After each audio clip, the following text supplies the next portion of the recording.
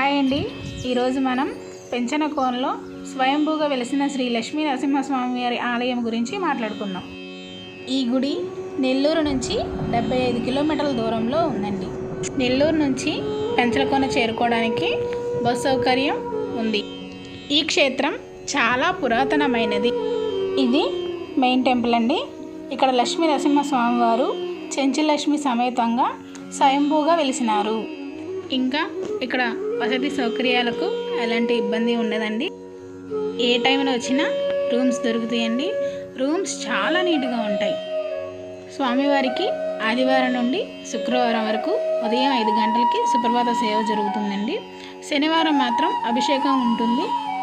తిరిగి మళ్ళీ రాత్రి 7:30కి స్వామివారికి ఏకాంత సేవ మొదలవుతుంది. ఈ ఫోటో స్వామివారికి ఎదురుగా ఉన్న కోనేటి దగ్గర తీసిన ఫోటో అండి. చీకట్లో తీసింది. ఎంత నీట్గా ఉన్నాయో చూడండి. వాటర్ గుడికి 1 కిలోమీటర్ దూరంలో వాటర్ ఫాల్స్ ఉన్నాయండి.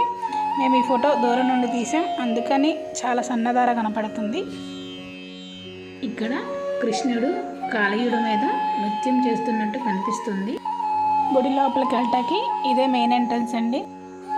ఈ వీడియో కనుక మీకు నచ్చితే please like, share, subscribe to my channel.